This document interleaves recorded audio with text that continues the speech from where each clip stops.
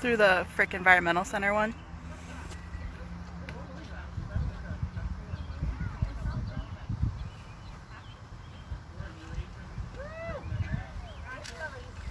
Just kind of, I'll wait to see if anybody kind of gets on.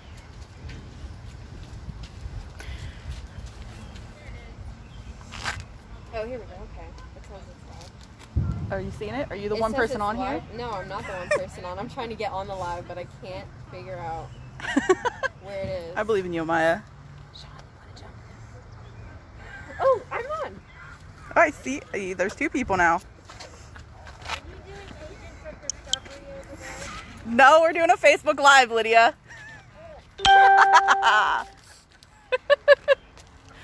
All right. Hi. We're here at the Frick Environmental Center. I'm going to put this down a little bit while I talk. I'm 6 foot away from everybody else. So we're here at the Frick Environmental Center. We are having a Juneteenth socially distanced picnic.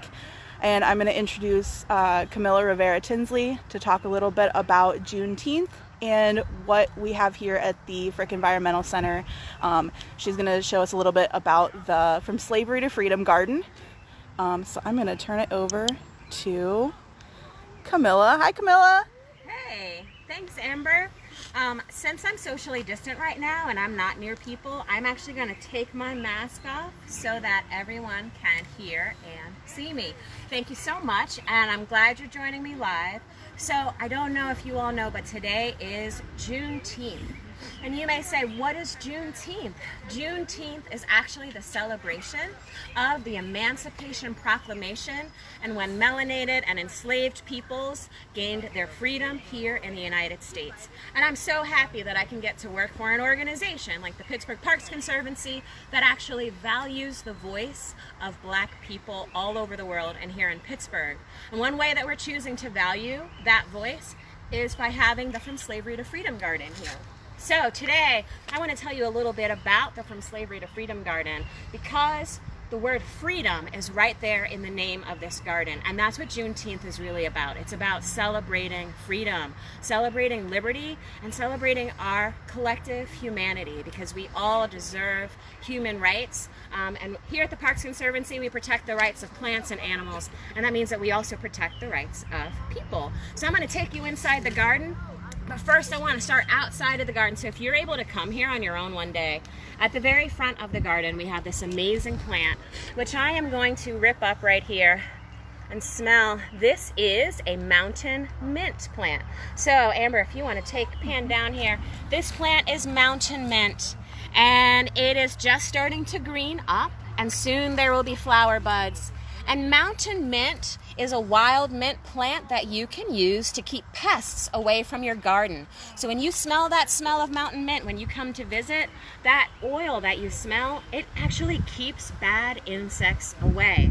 You can also chew on a bit of mountain mint, but mountain mint is not the kind of mint that we use to eat. So we use another variety of mint when we are making mint tea and when we are eating mint. But this mountain mint smells so good, and it's also really, really, really amazing for pollinators. So if you come here in July or in August, you'll see a lot of little tiny bees all flying over this plant. And these are the types of bees that don't really sting, but they are good for making sure that plants can still grow because they are moving pollen from flower to flower. Let's head on in the garden and see what else is here.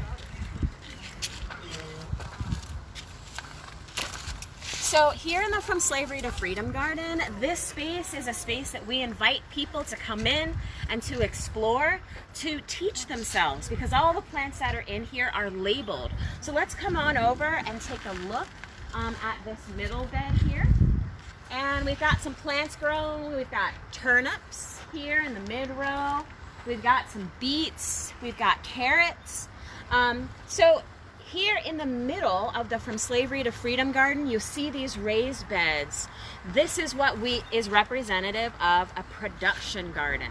So when enslaved peoples gained their freedom and sovereignty on Juneteenth, what they had to do was they then had to be able to gain their financial and economic sovereignty. And that means that they had to be able to start up their own businesses, because for the most part, even though they were celebrating freedom, they did not have the freedom to be landowners. And that is so important for Americans and so important for us all. So they took the knowledge that they had from generations of being outside and being naturalists, and they were able to take that knowledge and sell produce to be able to make money. So that was one of the first cottage industries that enslaved peoples who were newly freed were able to use to be able to make some money. So that's pretty awesome. Here on the edge of the From Slavery to Freedom garden, we've got some other plants that are wild plants. So these are plants that you can find when you're walking through the forest or when you're walking anywhere out that is wild. So enslaved peoples, in order to be able to gain their freedom and gain their sovereignty, they had to know how to identify plants that were outside, because they still needed to have their food, their water, their shelter, and even medicine. So all of the plants that are represented along the border of the From Slavery to Freedom garden, these are all plants that can either be used as medicine, they can be used as food, or they can be used as shelter in some way. And these are all wild plants that you can find out on the trails right now. So if you come on down this way, here's a really fun plant that you can find right in the forest here at Frick Park. So this is a May apple. And one of the ways that I can tell that it's a May apple is these leaves here. So it's got 1, 2, 3, 4, 5, 6. Here's another little, and it looks like an umbrella. And so a beautiful flower will grow here, and then as well. And the fruit looks like an apple and is edible, hence the May apple. So there are lots of plants here that you can come and find on your own, and we really encourage you to come and learn more about how plants intersect with your life, your history, and your culture, and also to learn about how other people's culture intersects with the outside and with the great ecosystem of Park.